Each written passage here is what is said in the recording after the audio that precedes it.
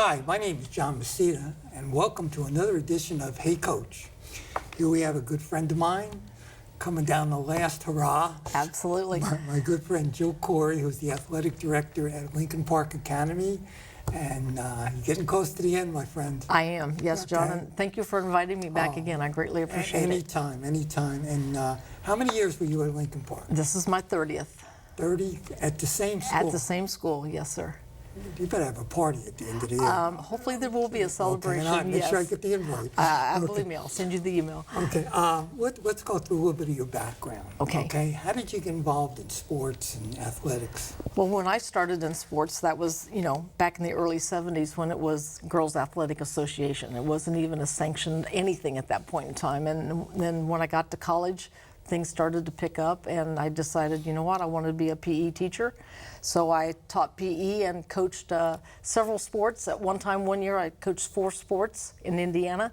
Wow. And always made the comment, I'd love to teach in sunny Florida so I can be outside all the time. So landed in Florida and landed at Lincoln Park Academy in 1990, and that's been it right there. Now, I'm trying to think. I was down at Pace.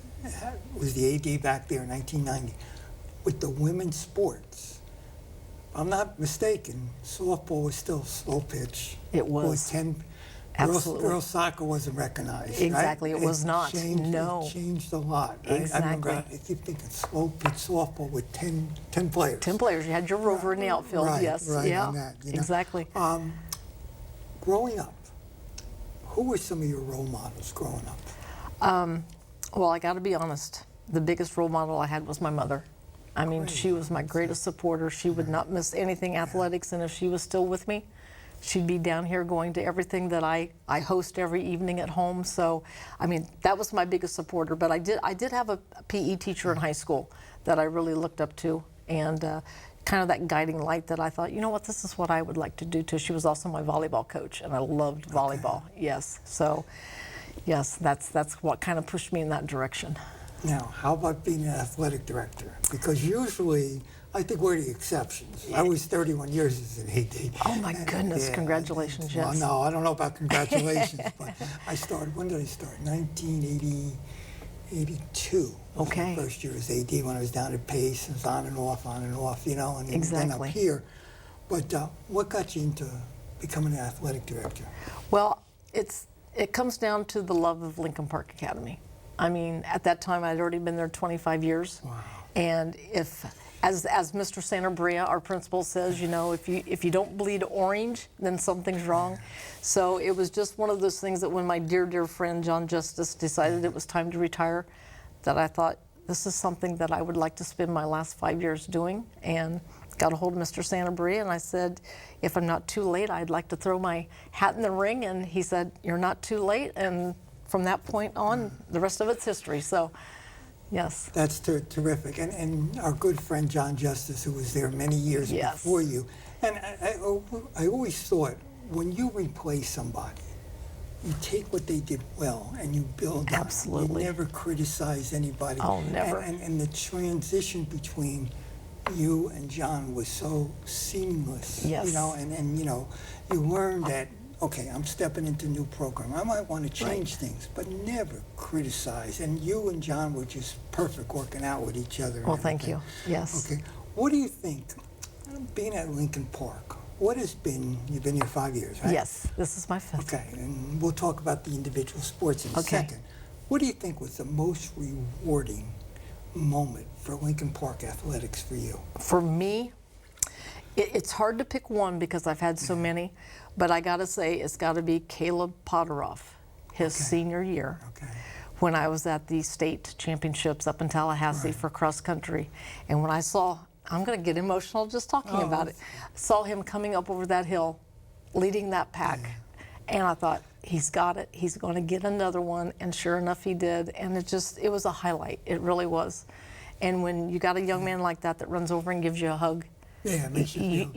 you know there's a special connection there, yes. But there have been so many. I hate to just pick one, but that's a special one, yes. I know I had something similar when our girls won the state bowling championship. And if you ever been to the bowling championship. It's not what you think. It's the loudest not. place It in is. the world. Yes. They have 1,000 people in a converted Walmart. Yeah. You know, and also I always tell people, what was my greatest game? Well, it was a football game. We lost about, I think it was the regional finals, about 2003 to Merritt Island. It was just a great game. Right. And we lost in double overtime, and they came out on top. But that's the way it should be, and I think that's Exactly. the memories. Yes. What do you think about the state of high school athletics now? How it's changed over the years? What the FHSAA has allowed to happen with students going from basically one school to the next to play this sport, to play that sport, I think was a very poor decision that they made. Fortunately for me, at Lincoln Park Academy, we don't have that situation. So it's not like we have to worry about, okay, a child's going to play one sport for us and then end up somewhere else and then decide to come back, because basically pretty much since we're a school of choice, that once they're gone, it's very, very difficult to come back. So I've been blessed in that realm of not having that to happen to us at Lincoln Park. And you don't have to worry about losing kids. No, But we you don't have to worry about, getting kids in too. Exactly. I mean, if I'm not mistaken, the rule is, and it's basically an academic rule, that you can go to whatever school you want with two stipulations. One, there's room, and two, you provide your own transportation. Absolutely. And if you're 6'5", 260, there's always room. There's right? always gonna be There's room, always yes. room. We knew this, and I knew Dr. Deering, when he was the executive director of the FHSAA, knew this was going to happen. Right. Because I remember meeting with the state legislatures, and we told them, I said, this is not going to be just academics. And I know they switch schools a lot up here, a lot of counties down in Miami. I mean, I think it was baseball last year. I was reading the preview for all the teams in Miami. There's about 60, 70 Right. schools. And they had newcomers, young people coming up, and then they had transfers coming in on each team would list their transfers. Exactly. And it's just amazing. I was watching on ESPN a few weeks ago. They had one of the football teams out of California that's rated in top of the nation. They had 26 transfers on their team. Goodness. So this is what we're coming to. Right. Do you think in the years that you have coached and I have coached when we started out, that young student athletes have changed? Oh, absolutely. What do you think the biggest change is?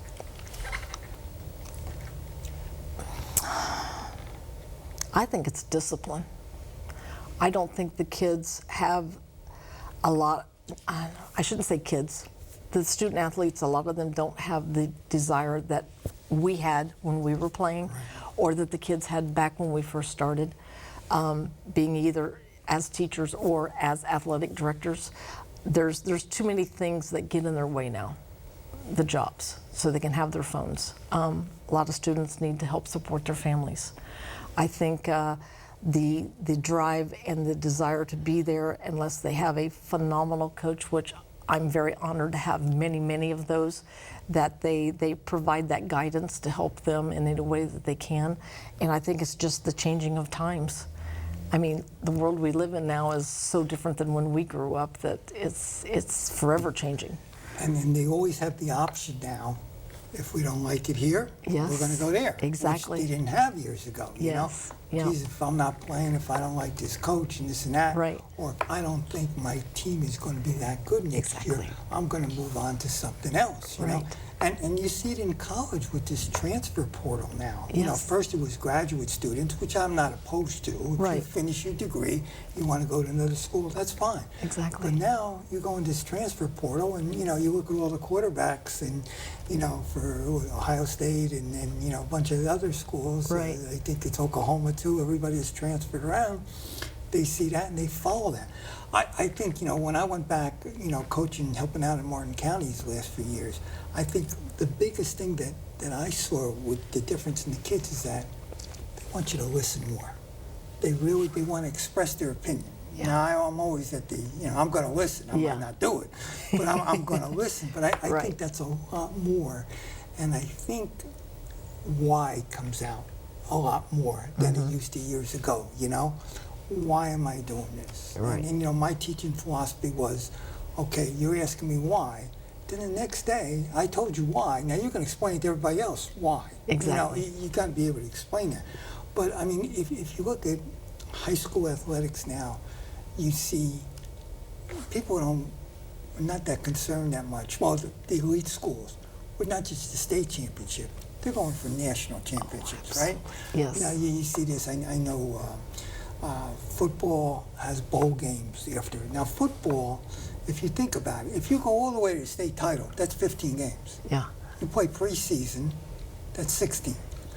You play one of these bowl games, that's 17. That's more than a pros play, you know? And you know, they want to be able to do that.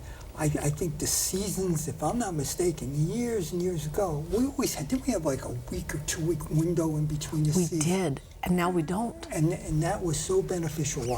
Why was that beneficial? Well, it gave the kids a little bit of time to relax between one Right. sport going right into the other, and now it's just a crossover where, I mean, it's right from one right into the next. And it even goes at the end, you know, baseball. I went out to the state tournament last year out in Fort Myers. There's nobody in the stands. Yeah, And I talked to you know, it was first week in June. yeah. And I talked to one of the coaches out there. I says, "Where's everybody?" He says, "We ended school 3 weeks ago." Exactly. Nobody's They're gonna on come summer back. break, You know, yes. it's almost like, should they have put shorter seasons in? Which Yeah. that was I like that break because I wanted the student athletes to be kids again. You know, And you go from recharge, one- yes. And recharge, and even for the Yes. coaches and everything, you're going from one sport to the next. Yes. But I mean, I think everybody's looking at it. Okay, we gotta develop our student, and they're only playing one sport now, right? Right. I mean, I was on the FHSA's student athlete committee years ago when we first started, and we'd have 500-600 applicants. You had to have a 3-5. Right. You had to play, I think, 2 or more Two or sports more. for 3 years and do community service. My last few years there, if we got 100 applicants, and it wasn't because of the GPA, it wasn't because of the community service, it was because nobody's playing 2 sports. Exactly. Because they're so goal-orientated there, you Yeah. know? But tell me about Lincoln Park's programs, okay? Lincoln Park's programs. Well, we are ever growing. We added wrestling last year for the Really? first time ever at Lincoln Park Academy. They did very well. They they were district runners up for their Right, first year, which we were very, very proud of. This spring we're adding flag football. Now, you should be packed. I'm hoping we will be, yes, The because numbers are going to be extraordinary. exactly, and we are playing our home games there at the school on the soccer field. Really? Yes, That's so great. hopefully we'll be able to get some student involvement in that, and yes, we have our winning traditions, of course. Coach Adams with girls basketball, Yes. Coach Matthews with girls softball. Seems to be a girls theme here, but when you've got Coach Matthews who's got over 500 wins and Coach Adams has got over 400, I mean, And you got a real good team this year. too. absolutely, Yeah, yes. Well, they're off to a 3-0 start, so we're very, very Right. proud of that. But we are rich in tradition with winning seasons and coaches that care deeply about their athletes. Why has your individual sports done so well? I know it's the coaches. Yes. You always had great coaches over there in swimming and cross country and track. Yes. Why do you think you were like the elite of this county in those sports?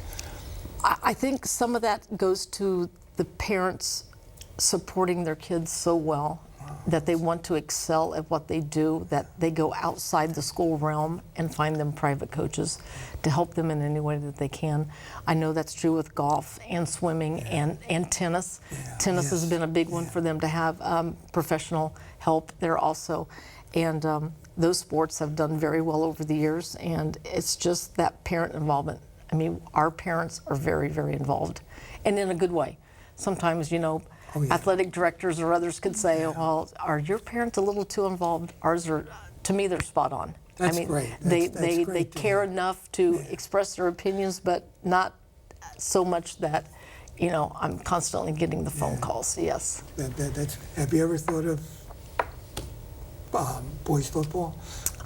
Actually, before, I think it was 2008, Okay. when the economy kind of went south, Yeah. Coach Justice, John Justice, who was AD at the time, had reached out to business partners, and a fund had been started. They were starting to donate money. The school board had finally given their approval that we will consider at this point if some additional funds can be provided. And we started that, and then, of course, the economy went a little bad, and they finally said The it's not going to startup happen. costs are immense. It's Yes. just, people don't realize. Yeah, exactly. You know, And we didn't have the storage for football. I mean, you got to have a lot of storage for those pads and helmets and all that. And we, at our school, we just really don't have that kind of stuff. and practice facilities. Oh, absolutely. You know, that's, yes. whatever, the field you have down here, which you use Right. for soccer, or you're going to use for football, just be torn apart It would. because of just having one Yes. field. Most of the schools in the county have 2 or 3 fields that you can rotate on Exactly. and everything, Yes. But now, one of the topics that we always talked about when we were ADs together is safety issues. And I Yes. think there's 2 safety issues to talk about.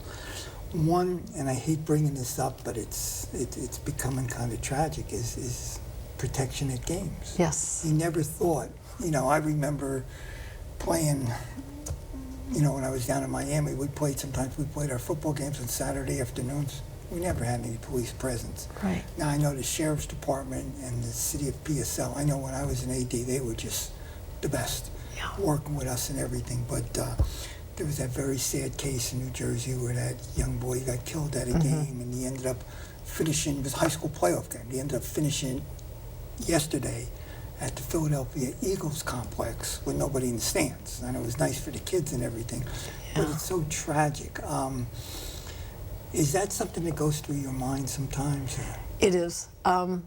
If I may, we've had an occasion where we've went into a lockdown at Lincoln Park Academy during a basketball game. Had to have a code red called one evening. Security, Mark Woods. Oh, he's the best. He is the absolute best. Yes, best. he does what he does well Yeah. to provide the security for us to be safe each and every home game that we have there at Lincoln Park Academy. And without his guidance and his people being there for us, it would be a little tougher. I mean, just for the fact of when you have those lockdowns, it makes you think about the security and the it's safety. not just a county issue or state issue. This Yes. is a nationwide issue It is. now, and it's something we have to deal with. I mean, when I first started being an AD back in the 80s, you never thought about that. Right. I don't think I ever had a policeman at any games, going way back now. But now I guess society has changed. It is, And yes. that's part of it. And tragically, we got to go over, what to do with the kids, Right. And then the other issue that we deal with is the safety protection issue. Right.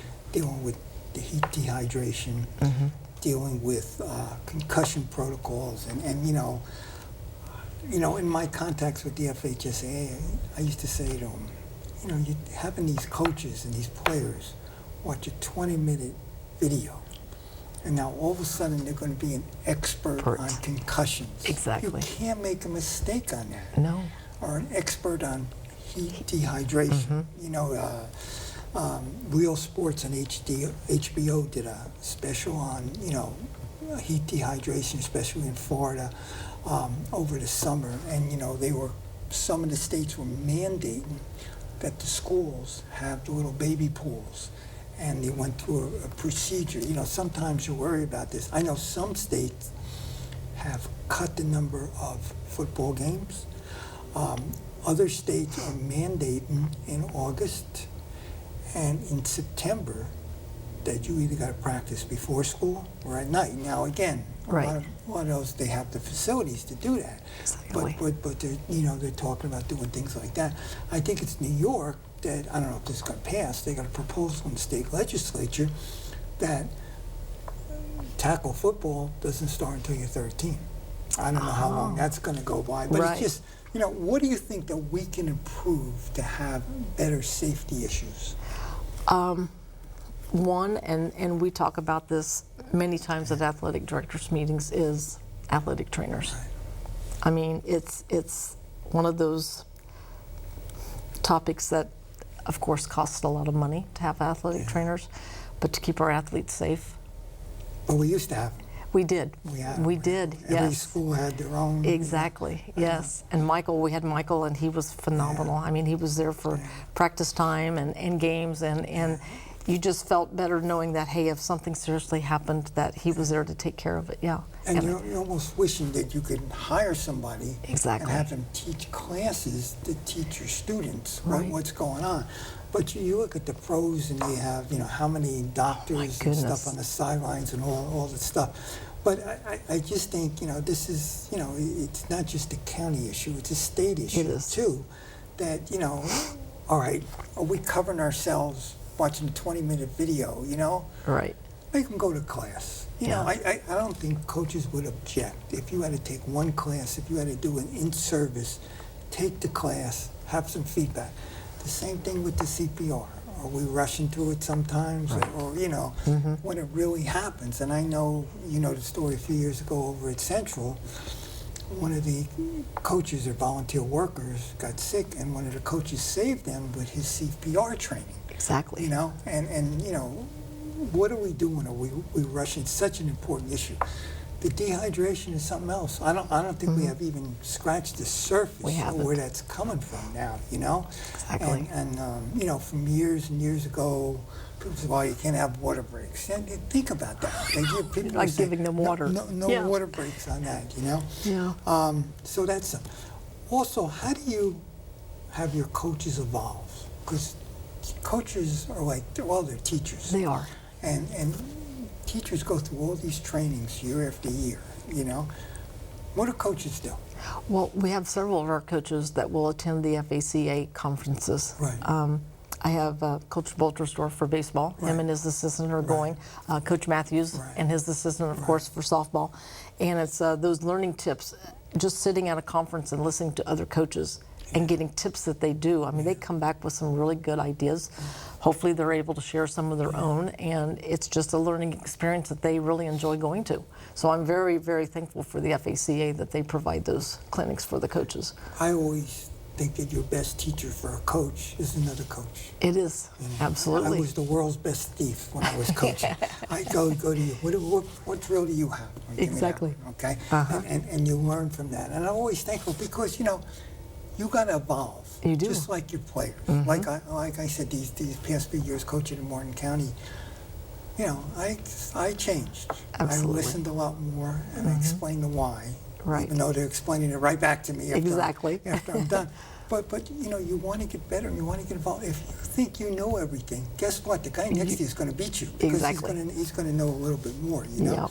Now, another topic that I think we should talk about is scholarships. And I think a lot of times, I usually bring Fred Alamade, he's the head guidance counselor at Centennial, and we talk at the end of the year what parents should do, taking the ACT Right. test and the other different tests, and going through the protocol, getting ready for college. But I think a lot of parents are under presumption it's automatic. Yeah. It's not close to being automatic. No, it's not.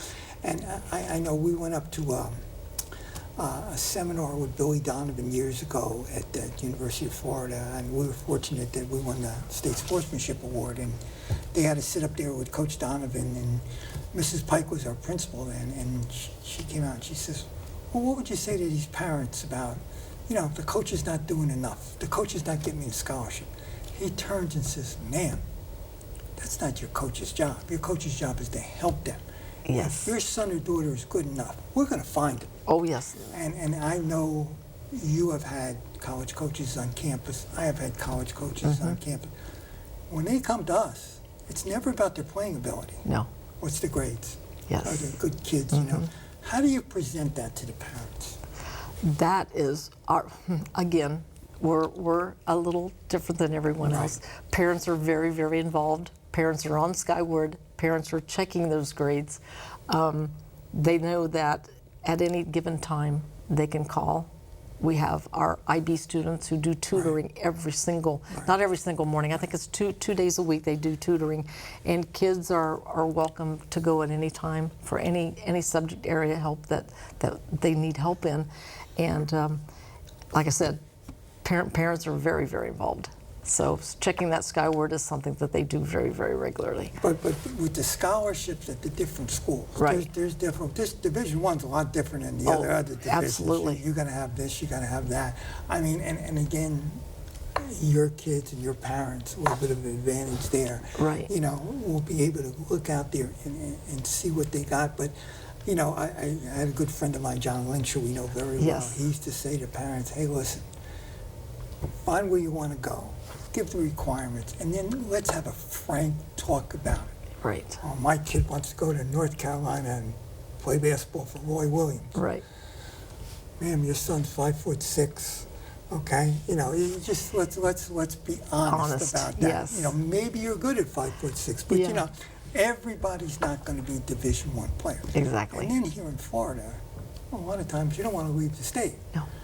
And if I'm not mistaken, let me see if my memory's good. Not too many schools have men's soccer. Is that correct in Florida? Or Honest, John, I'm not sure about I don't that think one. they have as many soccer programs as they should.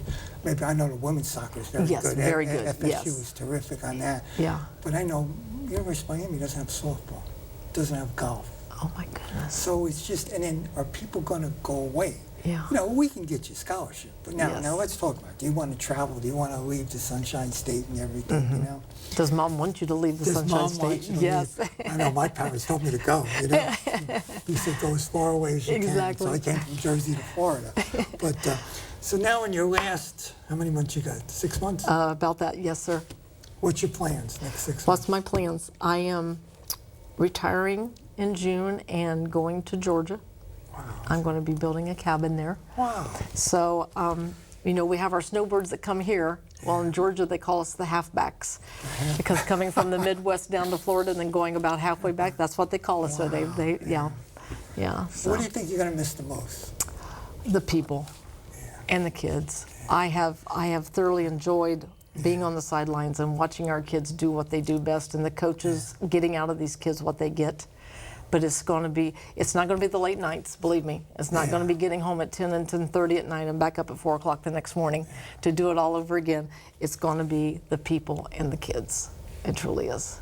And you'll miss it. Oh, I will. I miss I the know kids I all will. the time, Yes. you know. John and I talked many times about that. He said, Jill, again, you won't miss the late nights, but you're gonna miss being around everybody that you've known and loved for so many years. Well, I want to thank you, you know, first of all, Yes. being a good friend. And, Yes. I enjoyed being athletic directors at the meetings. We had great times all Exactly. together. And, you know, I have never heard anybody say one bad word about you. Well, thank you, sir. And, Thank you so you much. know, Lincoln Park has been a credit. Their sportsmanship has been extraordinary. Thank you. Every time they go out in the field, I think they represent not just the school, but they represent the community really well. So Thank you. We'll miss you, and hopefully whoever replaces you could step in some big shoes. you Oh, know, well, they'll take it and they'll do very well because the kids and the coaches will make sure they do, yes. And you'll help them. I know you Yes, do. absolutely. Well, I want to thank everybody and for watching our show, and see you next month on another edition of Hey Coach.